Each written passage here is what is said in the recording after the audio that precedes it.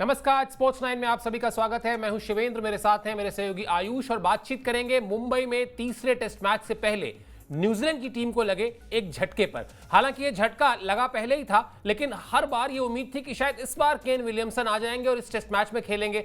दूसरे test match के बाद ये कहा गया कि नहीं, दूसरे में नहीं खेल रहे, तीसरे में खेलेंगे। लेकिन अब जो खबर है वो यही है कि तीसरे टेस्ट मैच में भी केन विलियमसन नहीं खेलेंगे और इन परिस्थितियों में न्यूजीलैंड को घेरने की तैयारी कर रही है भारतीय टीम। क्या कुछ है अगले इस टेस्ट मैच को लेकर प्लानिंग, क्या कुछ है मसौदा, ये सब कुछ तय करेंगे इस शो में। लेकिन सबसे पहले आपको बताते हैं कि मुंबई टेस्ट से पहले न्यूजीलैंड की टीम को यह बड़ा झटका लगा है। मुंबई में भी केन विलियमसन नहीं खेल पाएंगे, ग्रोइन इंजरी से परेशान है। श्रीलंका में विलियमसन को हुई थी, श्रीलंका में जब सीरीज खेलने गई थी न्यूजीलैंड की टीम तो वहां पर उनको ग्रोइन इंजरी हुई थी और उसके बाद वो भारत आए ही नहीं थे। ये तय हुआ था कि वो न्यूजीलैंड में रहकर ही अपने रिहैब पर रहेंगे और उसके बाद अगर सुधार हुआ, अगर 100% फिट हुए तो टीम के साथ जुड़ जाएंगे। लेकिन पिछले मैच के बाद ये लगा था कि शायद मुंबई से पहले जुड़े, लेकिन अब साफ साफ खबर आ गई है कि नहीं साहब, अभी नहीं जुड़ रहे हैं वो टीम के साथ। यानी इस सीरीज में केन विलियमसन को आप माइनस मान कर ही चलिए। वैसे आयुष, एक चीज और भी है, मैं सोच रहा था इस खबर को बताते बताते,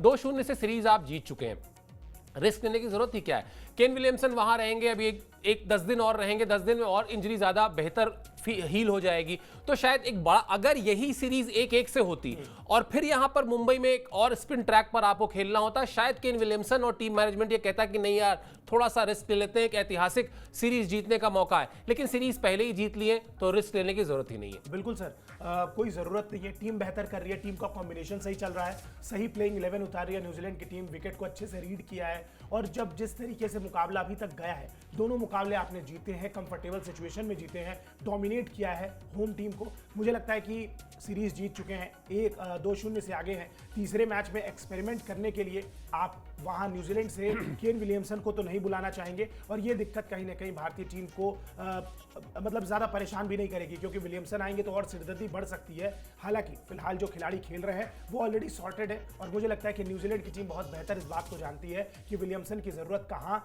कब और कैसे है। फिलहाल मुझे लगता है कि विलियमसन की ज़रूरत अब टीम को एज ऑफ नाउ नहीं है और ठीक है, इंजरी हुई है, इंजरी से हील करे खुद को, समय ले अपना और उसके बाद आराम से वापसी करेंगे किसी अगली सीरीज में।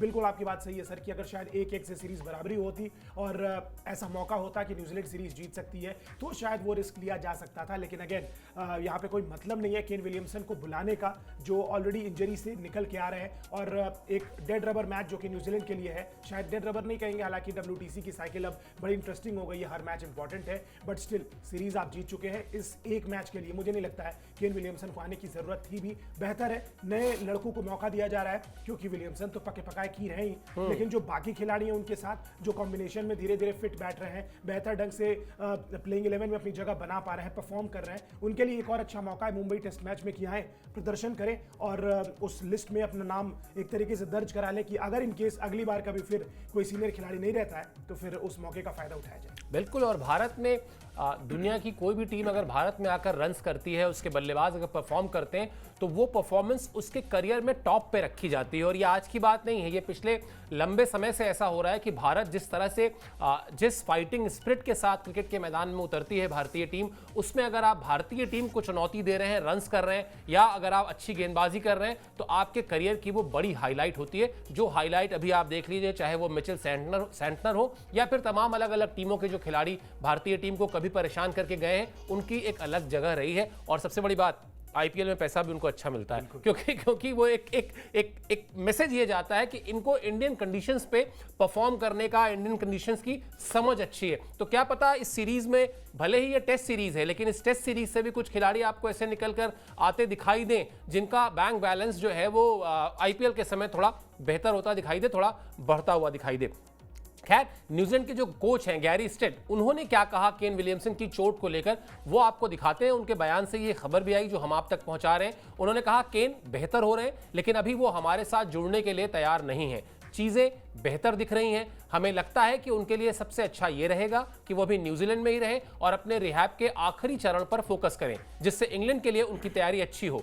इंग्लैंड के दौरे में अभी 1 महीने का वक्त है। हम उम्मीद करते हैं कि क्राइस्ट चर्च से पहले वो पहला जो टेस्ट मैच है तब तक वो पूरी तरह फिट हो जाएंगे। वही बात जो हम और आप आयुष कह रहे थे, वही बात कोच साहब भी कह रहे हैं। और अभी 1 महीने का वक्त है। उस 1 महीने के वक्त में अगर ये 5 दिन मान लेते हैं, मतलब हाइपोथेटिकल है वैसे तो, लेकिन मान लेते हैं अगर वो ये 5 दिन खेल लेते तो शायद वो जो हीलिंग होता, ये तो हम और आप भी समझते हैं, उससे कहीं ज्यादा बेहतर होगा जब आप लगभग 1 महीने का जो वक्त है उसको पूरा वो करेंगे। और अभी जो आपने बात कही, भले ही आज की तारीख में अगर आप देखें तो जो वर्ल्ड टेस्ट चैंपियनशिप के फाइनल की रेस है, इसको बहुत ध्यान से समझना पड़ेगा। उस रेस में भारत है, उस रेस में ऑस्ट्रेलिया है, उस रेस में साउथ अफ्रीका है, उस रेस में श्रीलंका है, न्यूजीलैंड इसके बाद आती है। लेकिन जब आप इंडिया में एक बड़ी सीरीज जीत लें, इस तरह से इंडिया को उसके किले में जाकर 2-2 मैच हरा दें, तो मतलब सपने देखने का अधिकार न्यूजीलैंड को भी है। न्यूजीलैंड क्यों ना ये सपने देखे कि भाई हम एक मैच अभी मान लेते हैं, ये टेस्ट मैच मुंबई में जीत ले, एक और अलग सिचुएशन। अगर यहां से वो जीत जाते हैं तो फिर इसके बाद वो और बेहतर उम्मीदवार हो सकते हैं वर्ल्ड टेस्ट चैंपियनशिप के फाइनल की रेस में बने रहने के लिए। और पहली बार वो जीत चुके हैं इस चैंपियनशिप को, तो उनके पास उस बड़े खिताब को जीतने का जो अनुभव भी है। इसलिए भी शायद रिस्क ना लिया जाए। यहां पर सब कुछ ठीक ही चल रहा है, अब तैयारी की जाए वो इंग्लैंड के खिलाफ जो सीरीज है उसके लिए, क्योंकि वहां पर भी एक मैच बहुत क्रूशियल होने वाला है। बिल्कुल सर, वहां पे अगर मैच जीत गया तो यू नेवर नो, आप सिनेरियो में आ सकते हैं। पॉइंट्स टेबल में आपको टॉप 2 पे आने से मतलब है, क्या पता यू नेवर नो ऑस्ट्रेलिया और इंडिया की जो सीरीज है बॉर्डर गावस्कर, उसमें 3 मैचेस जो है वो ड्रॉ हो जाए। हमें नहीं पता, कुछ भी हो सकता है। और अगर 3 मैचेस ड्रॉ ना भी हो, 2 मैच ड्रॉ हो जाए, 1 मैच बारिश की वजह से धुल जाए, हो ही ना पाए, कुछ भी बहुत कुछ भी हो सकता है। सारी चीजें पॉसिबिलिटी है बिल्कुल। और श्रीलंका की सीरीज है साउथ अफ्रीका पे जाके, वहां पे श्रीलंका हार जाए, बहुत सारी चीजें हो सकती हैं। न्यूजीलैंड की जगह बिल्कुल बन सकती है और इसीलिए हम बार बार कह रहे हैं कि अब जो टेस्ट सीरीज होती है 2-0 से न्यूजीलैंड की टीम आगे है। अगर पुराना समय होता तो शायद यहाँ पे एक्सपेरिमेंट का एक दौर होता, न्यूजीलैंड अपने सारे खिलाड़ियों को ट्राई कर लेती, जो भी नए खिलाड़ी हैं जिनको मौका नहीं मिला है। लेकिन यहाँ पे WTC की वजह से हर एक मैच सीरीज का इंपॉर्टेंट है। फिर चाहे आपने उसके पहले मुकाबला गंवाया हो या फिर मुकाबला आपने जीता हो, आपको दोबारा से रीस्टैब्लिश करना होगा अपने आप को, अपनी टीम को, और उस मैच में उतरना होगा। मुंबई टेस्ट मैच जो है वो बड़ा इंपॉर्टेंट है और बिल्कुल एक बार फिर से न्यूजीलैंड की टीम जो बहुत हाई नोट पे है, भी बहुत अच्छा परफॉर्म कर रही है, कॉन्फिडेंस और मोरल टीम का बहुत हाई है, वो मुझे लगता है कि बिल्कुल एक बार फिर कोशिश करेगी कि भारत को परास्त किया जाए 3-0 से। आप सोच के देखिए मतलब कितनी बड़ी बात हो जाएगी। इंडियन कंडीशन में इंडियन टीम को 3-0 से कोई टीम व्हाइट वॉश करके चली जाती है, शायद ये मतलब आपने पता नहीं कभी लास्ट कब देखा होगा। मैंने अपने पैदा होने के बाद से तो कभी ऐसा नहीं देखा है और ये बहुत रेयरेस्ट ऑफ रेयर साइट होगी। और बिल्कुल अगर मौका है तो क्यों ना इसको दोनों हाथों से पकड़ा जाए। न्यूजीलैंड की टीम भी यही सोच रही होगी, भाई दोनों चीजें फायदेमंद है उनके लिए। एक तो 3-0 से सीरीज हरा देंगे वो इंडिया को इंडिया में ही, और ये अपने आप में एक बहुत बड़ा इतिहास है। दूसरी चीज कि भाई ये टीम WTC में अपनी पोजीशन को और बेहतर कर पाएगी और ऑलरेडी एक बार इनको जीत का स्वाद मिल चुका है। पहला जो साइकिल था WTC का, तो बिल्कुल ये टीम पूरी तरफ से अपनी कोशिश करेगी कि हर एक मैच इंपॉर्टेंट है और आगे बढ़े और उसको जीतने की कोशिश करे। मुंबई टेस्ट मैच में सर बहुत ज्यादा नजरें रहने वाली है। बिल्कुल, और बहुत ज़्यादा नजरें इसलिए भी रहने वाली है क्योंकि जैसा आपने कहा कि न्यूजीलैंड की टीम जिस तरह से, जिस कन्विंसिंग तरीके से पहले 2 टेस्ट मैच जीती है, जहां पर लगभग वो हर एक दिन वो ड्राइविंग सीट पर रही टेस्ट मैच के, ऐसा लगा नहीं कि कहीं पर भी भारतीय टीम उसको चुनौती दे रही है। भारतीय टीम हमेशा टेस्ट मैच में उसको पकड़ती ही दिखाई दी। लेकिन अब यहां से हालात बदलेंगे, ये उम्मीद सिर्फ हमारी नहीं है, ये उम्मीद तमाम क्रिकेट फैंस की भी है, भारतीय टीम की भी है। लेकिन सबसे पहले आपको बता देते हैं कि जिस मैच को लेकर बातचीत चल रही है वो खेला जाना है 1 नवंबर से। 1 नवंबर से भारत और न्यूजीलैंड के बीच ये तीसरा टेस्ट मैच है। 3 टेस्ट मैचेस की सीरीज का आखिरी मैच है। न्यूजीलैंड की टीम, जैसा हम लगातार चर्चा कर रहे हैं, 2-0 से ऑलरेडी इस सीरीज को जीत चुकी है। पहला टेस्ट मैच बेंगलुरु में जीता न्यूजीलैंड की टीम ने और उसके बाद पुणे में भी न्यूजीलैंड की टीम ने आसानी से ही कहना चाहिए, हार और जीत का अंतर यह बताता भी है कि उसने भारत को हराया। और अब जो ये पॉइंट है, यही मेरा प्रश्न भी है आयुष, कि आपने जो कहा वो खतरा तो है ही है, मतलब उस खतरे को कोई ऐसा नहीं हो सकता ना कि आपसे किसी ने कहा कि जंगल में आपके सामने शेर आ जाए तो क्या करेंगे, बोले हम ऐसे हाथ करे खड़े हो जाएंगे और शेर को जो करना होगा कर लेगा। ये तो नहीं हो सकता। अगर आप 2 मैच हार चुके हैं तो साख की लड़ाई मतलब बिल्कुल फैक्ट के साथ भी बात की जाए तो ये भारतीय टीम के लिए है। पूरी तरीके से सर, मतलब आप ये तो बिल्कुल नहीं चाहेंगे Rohit Sharma as a captain, Gautam Gambhir as a coach की भाई 3-0 से कोई भारत को हरा के चला जाए उनके टेन्योर में। ये बहुत ही शर्मनाक हो जाएगा। मतलब रेयरेस्ट ऑफ रेयर आपने कहाँ देख लिया। भारतीय टीम भी बहुत ज़्यादा स्ट्रांग रही फॉरेन कंडीशंस में हाल फिलहाल में पिछले कुछ सालों में, लेकिन फिर भी हम किसी टीम को क्लीन स्वीप करके उनके देश में नहीं आए हैं। हमने एक आधा मुकाबले जीते हैं, सीरीज जीती हैं, लेकिन किसी देश को क्लीन स्वीप कर देना उन्हीं के देश में जाके, ये बहुत बड़ी बात होगी। और इंडिया को इंडिया में करना, मतलब इससे बड़ी बात तो कोई हो ही नहीं सकती है। न्यूजीलैंड पूरा एडी चोटी का जोर लगा देगा अपना इस मुकाबले में, लेकिन भारतीय टीम को बहुत ज़्यादा रीग्रुप होने की ज़रूरत है, रीयूनाइट होने की ज़रूरत है, क्योंकि अगर ये मुकाबला हार गए तो यहाँ से WTC का फाइनल भी आप गंवा सकते हैं पूरी तरीके से। और अलॉन्ग विद दैट आपकी टीम का जो मोराल है वो पूरी तरीके से डाउन हो जाएगा। मुझे लगता है कि ये बहुत ख़राब बात होगी इंडियन टेस्ट टीम के लिए। ये गौतम गंभीर नहीं चाहेंगे, ठीक है। फिर रोहित शर्मा शायद ये भी नहीं कहेंगे कि 12 साल में एक बार तो चलता है, एक बार चलता है, एक मैच में चलता है, 2 मैच में चल गया कोई बात नहीं, फिर भी हमने एक्सेप्ट किया। लेकिन अब अगर तीसरे मैच में ये चीज़ हो जाती है तो उसके बाद फिर आलोचना का आपको सामना करना पड़ेगा। फिर जो सवाल हैं, फिर जो क्वेश्चंस हैं वो पूछे जाएंगे, और उसके बाद फिर हमें ये भी देखने को मिल सकता है कि बहुत बड़े बड़े डिसीजन भी लिए जा सकते हैं। क्योंकि अगर इस तरीके से आप घर में सीरीज गंवा रहे हैं तो फिर as a captain, as a coach आपकी जो साख है उस पर भी सवाल उठेगा, और उसका फिर आपको जवाब देना पड़ेगा। इनफैक्ट कार्रवाई के लिए भी रेडी रहना पड़ेगा, क्योंकि ये इंडियन फैंस ना एक्सपेक्ट करते हैं, ना आप इस क्वालिटी की क्रिकेट खेल रहे हैं। अगर इतने सारे बेहतरीन खिलाड़ी आपकी टीम में मौजूद हैं और उसके बावजूद आप 3-0 से अगर इनकी सीरीज हार जाते हैं, इससे शर्मनाक कुछ नहीं हो सकता। मुझे लगता है कि अगर ऐसा हो जाता है उसके बाद तो फिर पूरी जो टेस्ट टीम है उसको एक तरीके से रिवैम्प करने की कोशिश, कवायद शुरू हो जाएगी सर। मतलब कयामत ही आ जाएगी, कहना ये चाह रहे हैं, बस वो शब्द इस्तेमाल नहीं कर रहे हैं। लेकिन फैक्ट यही है कि अगर भारतीय टीम अपने घर में 3-0 से सीरीज हार जाती है तो कहीं ना कहीं इससे ज्यादा बुरा कुछ हो नहीं सकता है। लेकिन ऐसा होगा नहीं, ऐसा इसलिए नहीं होगा जो हम उम्मीद कर रहे हैं, क्योंकि वो जो इस सिचुएशन में जो सबसे जरूरी होता है ना, वो होती है प्रैक्टिस। अपने आप को फिर से आप यूनाइट करिए, फिर से आपस में जुड़िए, अपने आप पर भरोसा रखिए, सेल्फ बिलीफ, ये सब कुछ शुरू हो गया है भारतीय टीम के बीच। ये जो बॉन्डिंग है जो हमने पिछले कुछ समय में देखी भी है, और आपको इस स्टूडियो में बैठ के कई बार बताया भी है कि ये बॉन्डिंग ही है जो भारतीय टीम को मुश्किल समय से बाहर निकलने के लिए प्रेरित करती है, मोटिवेट करती है। वो काम शुरू हो चुका है। भारतीय टीम तैयारी करने जा रही है, पलटवार की तैयारी में है वो, जैसा हमने शुरुआत से आपको कहा था। और उसके लिए करना यह है कि बुधवार से शुरू हो जाएगा भारतीय टीम का जो पसीना बहाने का कार्यक्रम है, यानी नेट सेशन शुरू हो जाएंगे। और जो नेट सेशन की तारीखें हैं वो भी आपको बता देते हैं कि किस तरीके से 30 तारीख को, ग्राफिक्स दिखा दीजिए जरा तो और साफ हो जाएगा, क्योंकि उससे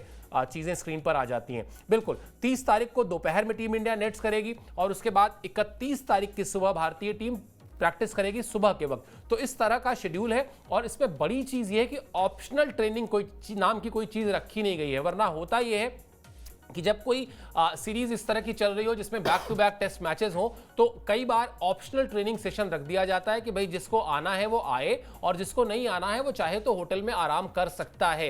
लेकिन यहां पर अगर आप देखें तो गेंदबाजों को अगर आप छोड़ दें, बल्लेबाजी में अगर आप आएंगे तो शुरू से लेकर अंत तक कोई भी बल्लेबाज ऐसा नहीं जिसको आप कह दें कि हाँ भाई तुमको हम दे रहे हैं आराम, तुम आराम कर लेना, बाकी लोग पसीना बहाएंगे। फैक्ट ये है कि हर एक बल्लेबाज को जाकर वहां मेहनत करनी होगी, हर एक बल्लेबाज को वानखेड़े की विकेट को समझना होगा, हर एक बल्लेबाज को स्पिनर के खिलाफ अपने खेल में सुधार करना होगा। और इसीलिए ऑप्शनल नेट्स नहीं है, नेट से सबको आना होगा। बिल्कुल आना होगा सर। जैसा आपने प्रदर्शन किया, बड़ी सीधी सी बात है, आपने प्रदर्शन उस लेवल का किया नहीं है कि आपको ये छूट दी जाए कि आप जाइए होटल में एंजॉय करिए और बॉडी को रेस्ट दीजिए। आपको ज़रूरत है ट्रेनिंग की। जिस तरीके से आपने स्पिन खेला है, जो आपका शॉट सिलेक्शन रहा है, पूरी टीम का, हर बल्लेबाज का, जिस तरीके से आपने अपने विकेटों को गंवाया है, इंडियन कंडीशन में 2-2 टेस्ट मैच आप हार चुके हैं, इससे ज़्यादा रियलिटी चेक आपको नहीं मिल सकता। और अगर अभी भी किसी को ऑप्शनल ट्रेनिंग करनी है तो फिर भैया आपकी टेस्ट टीम में जगह नहीं बनती है, क्योंकि फिर आप गेम से बहुत ज़्यादा ऊपर बढ़ चुके हैं, अपने आप को बहुत ज़्यादा ऊपर मान रहे हैं। वो चीज़ बिल्कुल नहीं होनी चाहिए। जिस तरीके से बल्लेबाजी क्रम ने बल्लेबाजी की है, इनफैक्ट गेंदबाजों ने भी वो काम नहीं किया जो वो उनसे एक्सपेक्टेड था। जिस तरीके का वो हम चाह रहे थे कि एक तरीके का दबाव बनाए गेंदबाज, हर बार यही होता है कि बल्लेबाज अगर नहीं भी कर पाते हैं तो गेंदबाजों ने उस तरीके का काम इंडियन कंडीशन में किया है कि भाई वो आराम से मुकाबले में आपकी वापसी करा देते हैं। लेकिन इस बार वो नहीं हो पाया, और शायद इसी वजह से 2 टेस्ट मैच आप गंवा चुके हैं। बिल्कुल भी रूथलेस होना पड़ेगा, आप रिलैक्स नहीं हो सकते। आप चैंपियन टीम है, WTC का साइकिल आपके सामने है, वहां पे आपको ये देखना होगा कि भाई कैसे हम वहां पे कमबैक कर सकते हैं। स्पिन की तैयारी कीजिए, तेज गेंदबाजी की तैयारी कीजिए, जो भी करना है कीजिए, लेकिन जिस तरीके की बल्लेबाजी थी बिल्कुल भी सेटिस्फैक्टरी नहीं थी। आपको जरूरत है बैटिंग की। अब चाहे स्किल डेवलप कीजिए, चाहे वहां पे प्रैक्टिस सेशन में आप अलग चीजें कर सकते हैं। आपको ज्यादा बेहतर पता होगा, आप इंटरनेशनल खिलाड़ी हैं, आपके साथ इतना बड़ा कोचिंग स्टाफ लगा हुआ है, लेकिन चीजें तो करनी पड़ेंगी क्योंकि ऐसे ऑप्शनल ट्रेनिंग के चक्कर में चीजें बहुत खराब हो चुकी हैं। ऑलरेडी सीरीज हम गंवा चुके हैं। बिल्कुल, और उस पर फोकस करने का ही इरादा है। यही इरादा है कि नहीं भाई चलिए, ये जो बातें हम कह रहे हैं, ये नाराज़गी दरअसल भारतीय क्रिकेट फैंस की भी है, लेकिन पिछले कुछ समय में भारतीय फैंस इतने मैच्योर हुए हैं, उनको पता है कि भारतीय टीम इस स्थिति को समझ रही है। भारतीय टीम ये समझ रही है कि कैसे 2 मैच की हार का जो नुकसान है वो वर्ल्ड टेस्ट चैंपियनशिप पर तो पड़ ही रहा है, साथ ही साथ टीम की साख पर भी पड़ रहा है। क्योंकि हम ये माने बैठे थे, हम क्या करोड़ों क्रिकेट फैंस ये माने बैठे थे कि इस सीरीज के 3 मैचेस तो भारतीय टीम जीत ही रही है, बात इसके आगे की होनी चाहिए। लेकिन यहां जो 3 मैच थे उसमें से भारतीय टीम 2 मैच हार गई है। इसलिए जो आयुष का गुस्सा आपको दिखाई दे रहा है वो काफी हद तक जायज भी है और वो काफी फैंस का गुस्सा है। बस यही है कि हाँ, हम हैं अभी तक अपनी टीम के साथ ही, बैक कर रहे हैं अपनी टीम को, इस उम्मीद के साथ कि बाउंस बैक करेगी वो भारतीय टीम। प्रैक्टिस की जरूरत और ज्यादा किस लिए, ये भी आपको बता देते हैं। विकेट अलग तरह की मिलने वाली है। वानखेड़े में लाल मिट्टी की विकेट पर मैच होगा, ऐसी खबरें जो है थोड़े दिनों पहले आई थी, और इसलिए यहां पर आपको थोड़ा सा और ज्यादा अपने आप को अप्लाई करना होगा। स्पिन गेंदबाजों को फिर मदद मिलेगी।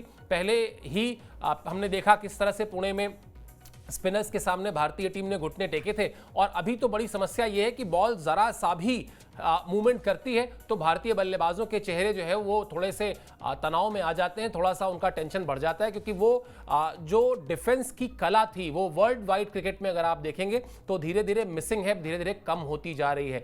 यहां पर स्पिनर्स के खिलाफ किस तरह से खुद को अप्लाई करना है, कितना डिफेंसिव होना है। आयुष लगातार ये कह रहे थे कि शायद हम बहुत ज्यादा डिफेंसिव हो गए, हम अति रक्षात्मक हो गए। अगर अति रक्षात्मक नहीं हुए होते तो शायद इतना बुरा नतीजा नहीं आता जितना बुरा नतीजा देखने को मिला। अब 2 मैच के बाद एनालिसिस करें, हालांकि मैच के बाद एनालिसिस करना बहुत अपेक्षाकृत आसान होता है, क्योंकि आपके सामने स्कोर बोर्ड होता है। जब आप मैच खेल रहे होते हैं या मैच के लिए जा रहे होते हैं तब आपको कुछ पता नहीं होता, एक अननोन टेरिटरी में आप जा रहे होते हैं। बेंगलुरु में यही हुआ, बेंगलुरु में आपको लगा कि हाँ ठीक है, विकेट स्पिनर्स को मदद करेगा, लेकिन वहां क्या हो गया, ओवरकास्ट कंडीशंस थी, बहुत पानी बरसा था, वो पूरा का पूरा ऐसा विकेट हो गया जैसा लगा कि वो फास्ट बॉलर्स के लिए बनाया गया विकेट था। वहां हार गए आप, कोई बात नहीं। लगा कि चलिए पुणे में जहां पर आपको अपने डोमेन में आपको वो स्पिनर्स के दम पर टेस्ट मैच को ड्राइविंग सीट पर बैठने का मौका मिलेगा, वहां पर आपने अपनी खराब बल्लेबाजी से मैच गंवा दिया। वहां गेंदबाजों का कोई कसूर नहीं, गेंदबाजों ने अपना काम वैसे ही किया जितना करेंगे। भाई अगर कोई टीम आई है और इंटरनेशनल लेवल की टीम है, आईसीसी का टेस्ट स्टेटस है उस टीम के पास, तो 250-250 रन तो बनाएगी ही बनाएगी। आप क्या सोच रहे हैं, हर बार कोई टीम 90 रन पे आउट नहीं होती, लेकिन आपको बनाना पड़ेगा। अगर आप अपने घर में खेल रहे हैं तो आपको जिस पिच पर आप विरोधी टीम को 250 पे आउट कर रहे हैं उस पर आपको 400 रन बनाने आने चाहिए। अगर आप उस पर 400 रन नहीं बना पा रहे तो फिर आप जांच लीजिए, कहीं ना कहीं आपकी तैयारियों में खोट है, गड़बड़ी है, कमी है। तो इसीलिए ये जो बात हो रही थी वो ऑप्शनल नेट सेशन की, उसको गंभीरता से लिया गया है। लाल मिट्टी की विकेट पर मैच खेला जाएगा जिसकी चर्चा हमने की। चलिए अब आपको ये भी बता देते हैं कि वानखेड़े में किस तरह के रिकॉर्ड्स रहे हैं, अभी तक क्या कहता है वानखेड़े का जो स्टेडियम है, किस तरह की यादें हैं इन दोनों ही टीमों की इस स्टेडियम के साथ। 3 मैचेस खेले गए हैं Ayush, India versus New Zealand test matches की बात हो रही है यहाँ पर, और इसमें 2 मैच भारत ने जीते हैं, न्यूजीलैंड ने 1 मैच जीता है, और भारत ने जो 1 मैच जीता है वो जीता था 2021 में, यानी 3 साल पहले। लेकिन इसमें हीरो जो थे वो बैट्समैन थे, बॉलर हीरो नहीं थे, बैट्समैन थे, और वही मयंक अग्रवाल थे। पहली इनिंग में तो उनका शतक था, दूसरी इनिंग में भी जहां तक मुझे याद है उन्होंने हाफ सेंचुरी लगाई थी। तो इस तरह से ये चला था मैच। कुल मिलाजुलाकर बॉटम लाइन यहीं पर है, जो बात अभी मैंने थोड़ी देर पहले कही। आप विकेट कोई बना ले, वो चाहे स्पिन ट्रैक हो, चाहे वो रैंक टर्नर हो, चाहे वो फास्ट बॉलर्स के लिए हो, अगर आप विरोधी टीम को 250 रन बनाने देते हैं, आपके बल्लेबाजों में एक काबिलियत होनी चाहिए कि आप 400 रन बनाएं। यही टेस्ट मैच में जीत की कुंजी है। और दूसरा सर, फिर होम एडवांटेज का मतलब क्या हुआ? बिल्कुल, आप अपने घर में खेल रहे हैं, आप अपनी विकेटों को बेहतर जानते हैं। वानखेड़े का स्टेडियम मतलब इतना ऐतिहासिक रहा है, वहां पे तो हमने कितने बड़े बड़े मुकाबले खेले हैं, और वहां पे विराट कोहली का एक डबल सेंचुरी भी है सर इंग्लैंड के खिलाफ। तो अगर ऐसी विकेटों पे आप खेल चुके हैं, और बिल्कुल सही बात है, अगर सामने वाली टीम 250-300 मारती है तो आपके पास कम से कम 100-150 रन और मारने की काबिलियत होनी चाहिए, फिर तो होम एडवांटेज का कोई मतलब है, वरना होम एडवांटेज का कोई मतलब है नहीं। और घूम फिर के बात वहीं आती है, लाल मिट्टी की विकेट पे इस बार मैच होने वाला है और गेंद स्पिन जरूर करेगी। सर मेरा मुद्दा घूम फिर के वहीं आ जाएगा, जिस तरीके से स्पिन को खेला जाएगा, जिस तरीके से स्पिन को टैकल करेंगे, अगर ओवर डिफेंसिव होंगे तो एक बार फिर से वही हालत होगी। क्योंकि पिछले कुछ सालों में जब भी जिस भी खिलाड़ी को हमने सक्सेसफुल देखा है उसने यही किया है कि भाई स्पिनर्स को जाके अटैक किया है। फिर चाहे मयंक अग्रवाल की ये पारी आप ले लीजिए जहां पे उन्होंने खेला, विराट कोहली के पिछले जब उन्होंने बेहतर पारियां खेली है वो देख लीजिए, रोहित शर्मा की पारियां देख लीजिए आप, ऋषभ पंत की पारियां देख लीजिए, हर पारी में आपको यही दिखेगा कि जब जब हमने अटैक किया है तब ज़्यादा बेहतर हम नज़र आए हैं और ज़्यादा बेहतर हम खेले हैं। जब आप स्पिनर को चढ़ने देंगे तो फिर उनके पास तो बहुत सारी गेंदें, एक गेंद चाहिए आपकी विकेट लेने के लिए। और एक कंसर्न सर ये भी था कि भाई इस सीरीज में एकदम से मेरे दिमाग में आया, आपने जब विकेट की बात की, रोहित शर्मा से ये पिच रीडिंग की गलती इतनी ज़्यादा बार क्यों हो रही है? वर्ल्ड कप फाइनल में हमने देखा और उसके बाद इस टेस्ट मैच में देखा, एक आधा बार और कानपुर में भी हमने देखा था, बेंगलुरु टेस्ट मैच में देखा हमने। तो सर ये बार बार पिच रीडिंग में गलती कैसे हो जा रही है? मतलब अभी आप ही ने इनफैक्ट मुझे वो किस्सा सुनाया था कि दादा गए थे पर्थ में और बोला था कि नॉर्मल विकेट, और at the end of the day हम वो मुकाबला जीते थे। सर ये जो पिच रीडिंग की कला है, कैप्टन होना अलग चीज है कि आप देश का रिप्रेजेंटेशन करें, बहुत बड़ी बात है, लेकिन आपसे मेरा ये सवाल रहेगा कि as a captain, just because हमारे टीम का कल्चर क्या है कि मैं अगर बेहतर परफॉर्मेंस कर रहा हूं, विराट कोहली एकदम से निकल के सितारे निकल के आए तो उनको हमने कप्तान बना दिया। अब ऐसे शुभमन गिल अगले स्टार है, उनको कप्तान बना सकते हैं, इस तरीके से कप्तान चुनते हैं। सर कप्तान बनने के लिए क्या ये भी स्किल्स बहुत जरूरी है कि आप विकेट को वाकई में रीड कैसे करते हैं, टीम के लिए सोच पाते हैं, अपनी टीम की स्ट्रेंथ को बैक कर पाते हैं? ये सब भी क्वालिटीज तो होनी चाहिए। विकेट बार बार आप ऐसे मिसजज तो नहीं कर सकते। हाँ, मतलब ये प्लस पॉइंट है। आप जब किसी को कप्तान बनाते हैं तो उसकी जो मिनिमम क्वालिफिकेशन कह लें या न्यूनतम अर्हता जिसको हिंदी में कहते हैं वो कह लें, तो उसमें कहीं लिखा नहीं होता कि इनको पिच पढ़ना भी आना चाहिए। उसमें लिखा यही होता है कि भाई इनके पास, मतलब लिखा तो कुछ भी नहीं होता इनफैक्ट, ठीक है, कोई ऐसा प्रोफाइल तो बना नहीं है कि भाई ये चीजें आप पूरी करते हैं तो आप कप्तान बनेंगे। लेकिन हाँ, कप्तान कौन बनाता है? कप्तान सिलेक्टर्स बनाते हैं। कप्तान बीसीसीआई के बड़े जो अधिकारी होते हैं उनमें एक डिस्कशन होता है कि हाँ चलो यार बातचीत करके देखते हैं, सिलेक्शन कमेटी से डिस्कस करते हैं, वहाँ रिकॉर्ड्स देखे जाते हैं, वहाँ देखा जाता है कि अच्छा इतने टेस्ट मैच खेले, इसमें ओवरसीज इतने रन बनाए हैं, इंडिया में इतने रन बनाए हैं, इतने साल का तजुर्बा है, लोगों से जेल कितना कर लेते हैं, ठीक है, कितना ये मिलजुल कर रह सकते हैं, कैसी लीडिंग क्वालिटीज कैसी हैं। तो ये सारी चीजें तो होती हैं, लेकिन हाँ ये बात आप सही कह रहे हैं कि उसमें क्या ये पॉइंट भी अब ऐड करना चाहिए कि पिच की रीडिंग, मतलब स्पेसिफिकली ये पॉइंट कि पिच की रीडिंग कैसी है, क्योंकि कई कप्तानों के साथ ये दिक्कत है। और मुझे ऐसा लगता है कि शायद ये पिच की समझ का होना या ना होना इस बात पर निर्भर करता है कि आप खुद किस टेम्परामेंट के बल्लेबाज हैं। रोहित शर्मा जिस तरह के बल्लेबाज हैं, हम और आप अच्छी तरह जानते हैं, उनको कोई बहुत बड़ा फर्क पड़ता नहीं कि पिच कैसी है। अगर वो जिस दिन अपने रंग में है तो वो रंग में है, आप उनको कहीं खिला दीजिए, आप उनको कानपुर में खिला दीजिए, चाहे आप उनको ले जाके केप टाउन में खिला दीजिए, चाहे आप उनको ले जाकर जोहानिसबर्ग में खिला दीजिए, वो उसी अंदाज में बैटिंग करेंगे, शॉट्स मारेंगे, रन बनाएंगे। और यही इस सीरीज में अगर सबसे मिसिंग पॉइंट है तो यही मिसिंग पॉइंट भी है। भारतीय टीम 300 के आसपास चेस कर रही है, भारतीय टीम 350 के आसपास चेस कर रही है, वहां अगर रोहित शर्मा के 80 रन आ जाते हैं जिस अंदाज में वो खेलते हैं, आप देखिए उसी भारतीय बैटिंग लाइनअप को आप अलग तरीके से खेलते देखेंगे, क्योंकि तब जाकर ड्रेसिंग रूम में मैसेज ये जाएगा कि मैं रन कर सकता हूं, तुम भी कर सकते हो, जाके करो, ठीक है। वो नहीं हुआ, इसलिए भी शायद ये लग रहा है। और हाँ, ये गलती हुई है उनसे कि बेंगलुरु में उन्होंने पहले दिन कहा भी कि हाँ मुझसे गलती हुई। तो कई बार शायद पिच की समझ को लेकर जिस तरह से आपको साइंटिफिक होना चाहिए या जितना कैलकुलेटिव होना चाहिए या जितना आपको ग्राउंड्समैन के साथ बातचीत करनी चाहिए, समझना चाहिए कि हाँ अगर पिच ये ऐसी दिख रही है तो क्या है। हम लोग के समय में तो मतलब सौरव का तो मुझे याद है कि सौरव मतलब बाकी छोड़ दीजिए दुनिया के सारे मैदान, ईडन गार्डन्स तो उनका घर था। आप अपने घर मान लीजिए, आप गोरखपुर में जाते हैं जब अपने घर, तो आप घर में घुसते हैं तो आपको कह दिया जाए कि आपको आंख मूंद के अपने घर के आखिरी कोने तक पहुंचना है, आप पहुंच जाएंगे। क्यों? क्योंकि आपका बचपन वहीं से बीता है, आपको पता है कि ये मेरे घर का हॉल है, यहां से आंख मूंद के थोड़ा सा इधर जाएंगे तो किचन के लिए गैलरी आएगी, यहां से जाएंगे तो ऐसे, ठीक है। ईडन गार्डन तो सौरव गांगुली के लिए वही है ना कि वो आंख मूंद के भी जाए तो उनको पता है। बावजूद इसके वो मैदान में टेस्ट मैचेस के पहले आते थे तो सबसे पहले ढूंढते थे ग्राउंड्समैन कहां है, और ग्राउंड्समैन के साथ मतलब आराम से 10 मिनट 12 मिनट वो बात करते थे। क्यों? क्योंकि पिच एक ऐसा पेंच है जिसको अच्छे नहीं समझ पाते। मैंने गावस्कर को देखा है, गावस्कर साहब कमेंट्री में उन्होंने सुबह की पिच रिपोर्ट में कुछ कहा, कानपुर की विकेट थी और कानपुर उनकी ससुराल भी है, तो कानपुर में उन्होंने विकेट देखा, कुछ उन्होंने अपना पूर्वानुमान लगाया, जब वो पूर्वानुमान सही हो गया तो उनके साथी कमेंटेटर ने कहा कि आपने ऐसा कहा था, तो उन्होंने कहा हाँ ये कानपुर की विकेट है, मैं जानता हूं इस विकेट को।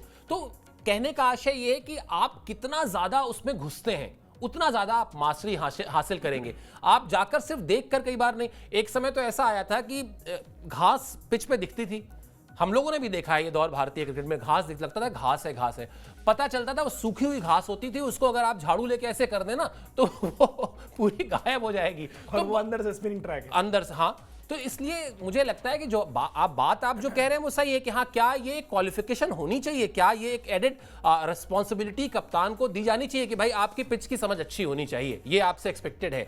अब ऐसा हो तो बहुत अच्छी बात है, नहीं भी हो तो फिर कम से कम अभी तो जो मुंबई की विकेट है उसके हिसाब से तैयारी करें और ये मैच जीतने, फिर एक नई डिबेट शुरू होगी कि क्या कप्तान की जितनी क्वालिफिकेशंस हैं उसमें ये क्वालिफिकेशन होनी चाहिए। लेकिन इसका तोड़ यही है कि आप कितना वक्त बिताते हैं उस विकेट को देखने में, कितना वक्त बिताते हैं वहां पे ग्राउंड्समैन से। सोचिए ना, ऐसे ग्राउंड्समैन है, वो मोहाली में ग्राउंड्समैन होते थे जो चीफ बीसीसीआई के चीफ क्यूरेटर भी थे, मैंने देखा वो लोग ऐसा लगता था जैसे मिट्टी से बात कर रहे हो, ठीक है, वो जाके मिट्टी में बैठ के जैसे साइंटिस्ट, मतलब उनको कोई ऐसे थोड़ा अच्छे से कपड़े वपड़े पहना के सफेद रंग के और थोड़ा चश्मा वश्मा लगा दे, बोले साइंटिस्ट हैं तो लोग मान जाएंगे।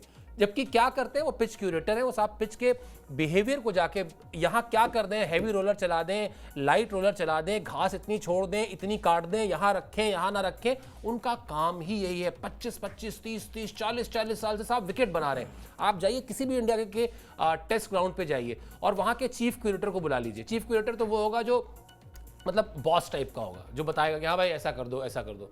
वहां की जो लेबर होगी जिसको हम ग्राउंड्समैन स्टाफ कहते हैं, उनसे आप मिलिए।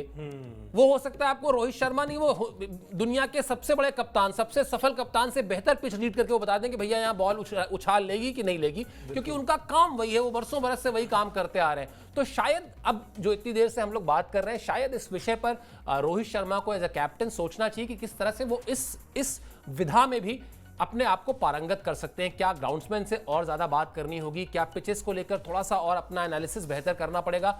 कुल मिलाजुलाकर भारतीय टीम का मामला है, भारतीय टीम की जीत का मामला है, भारतीय टीम की साख का मामला है, इसलिए गलती कहीं भी ना हो ऐसी ही हम सबकी उम्मीद भी है। और रोहित शर्मा से भी यही उम्मीद है कि वो मुंबई में कम से कम 2-1 से इस सीरीज को फिनिश करेंगे और उसके बाद जो हम लोग WTC फाइनल की बात कर रहे हैं उस दिशा में मजबूती से कदम बढ़ाएंगे। खैर चलिए, इस बुलेटिन में इतना ही, इस प्रोग्राम में इतना ही, लेकिन आप हमसे जुड़े इसके लिए बहुत बहुत शुक्रिया और आभार। साथ ही फिर से एक बार यही गुजारिश है कि स्पोर्ट्स लाइन को सब्सक्राइब कर लीजिए।